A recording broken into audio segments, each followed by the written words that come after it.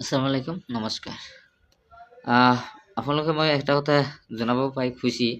বা আনন্দ হৈছোঁ এই IUDF-ত তলা চাবি ছবিত মৌলানা বদৰুদ্দিন আজমল আৰু মই সেইটো বাট চাই আছিলোঁ যে হ'ব লাগে কেতিয়াহে তেতিয়াৰ কাৰণে মই মাতি আছিলোঁ আৰু আশা কৰি আছিলোঁ যে IUDF-ত আহিব লাগে সোনকালে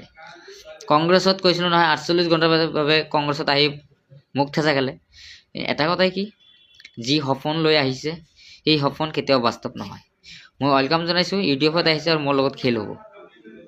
মই খেলিবলৈ কাৰণে থিয় হৈছোঁ ৰেজল কৰিমৰ সৎ সাহস আছে যত কেণ্ডিডেট দিব মই সৰু এটা বাচ্চা দি তাক পৰাজয় বহন কৰি আনিম এটো চ্যালেঞ্জ কৰিছোঁ আৰু যদি কৰিব নোৱাৰো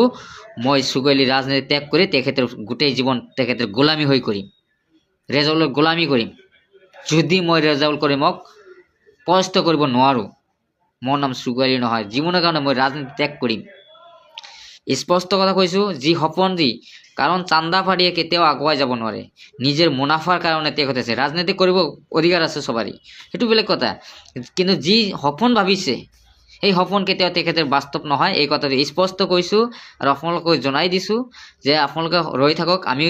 ৰোজাৰ মাজতেই আমি গোটেই ক'ত কেণ্ডিডেট দিম এই কেণ্ডিডেটবিলাক আমি ফিক্স কৰি আছোঁ ইতিমধ্যে সমষ্টি বাছনি হৈ গৈছে অলৰেডি 10টা সমষ্টি হৈ গৈছে আৰু আমি 10টা বাছনি কৰাৰ কাৰণে আমি চেষ্টা কৰি আছো চাও আমি এই 2-1 দিনৰ ভিতৰতে বাকি আৰু কেইটা সমষ্টি গ্ৰহণ হ'ব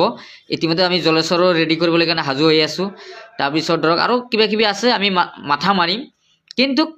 ৰেজল কৰিমৰ লগত জুজ হ'ব বদৰুদ্দিন আজমলৰ লগত জুজ হ'ব হেমন্ত বিশ্ব শৰ্মাৰ লগত জুজ হ'ব তিনিটা পাৰ্টিৰ তিনিজন হেভিৱেটৰ সুগৈলি যে হুকুম হ'ব এবাৰ সবতকৈ যে মই ৰেকৰ্ড কৰিম যে এইবাৰ তিনিজন নেতাক যে পৰাস্ত কৰি আজি সুগৈলিক যে আকুৱাই যাব এই কথাটো স্পষ্ট হৈ গৈছে আৰু তিনিজনৰ বিৰুদ্ধে যি ব্যৱস্থা ল'ব লাগে যি যেনেকুৱা হওক ৰাজনীতি কৰিব লাগে আমি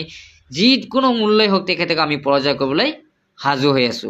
ৰেজল কৰিম আপোনালোকে হাজু হৈ থাকক মই আপোনালোকে ওয়েলকাম জনাইছিলোঁ IUDF আহিবলৈ IUDF আহিলে মোৰ কাৰণে সহজ হ'ল এতিয়া মোৰ ৰাস্তাটো খুলি গ'ল ৰেজল কৰিমৰ যি সপোন এতিয়া আমাৰ বাস্তৱ হ'ব মুখ ঠেচা খাব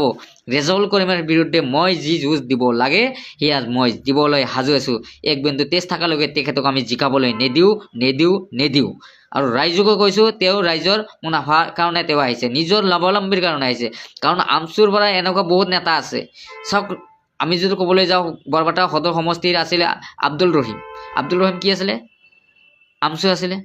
প্ৰতি বছৰে এজনকৈ দি আছে পাৰ্লিয়ামেণ্টে এদিনো মাত মাতিছে এছেম্বলিত কেতিয়া মাত মাতিছিলে এদিনো মাত মাথা নাই গতিকে সেইখন নেতাৰ সেইখন পাৰ্টিৰ মানুহৰ প্ৰয়োজন নাই গতিকে যিমানে দবদবাব পাৰে চিঞৰিব পাৰে কিন্তু কাম নাই এটা কথা আছে নহয় ক'বলৈ গ'লে বেয়া লাগে অধিক মাছে বগলী কণা গতিকে যি লোক কৰি আছে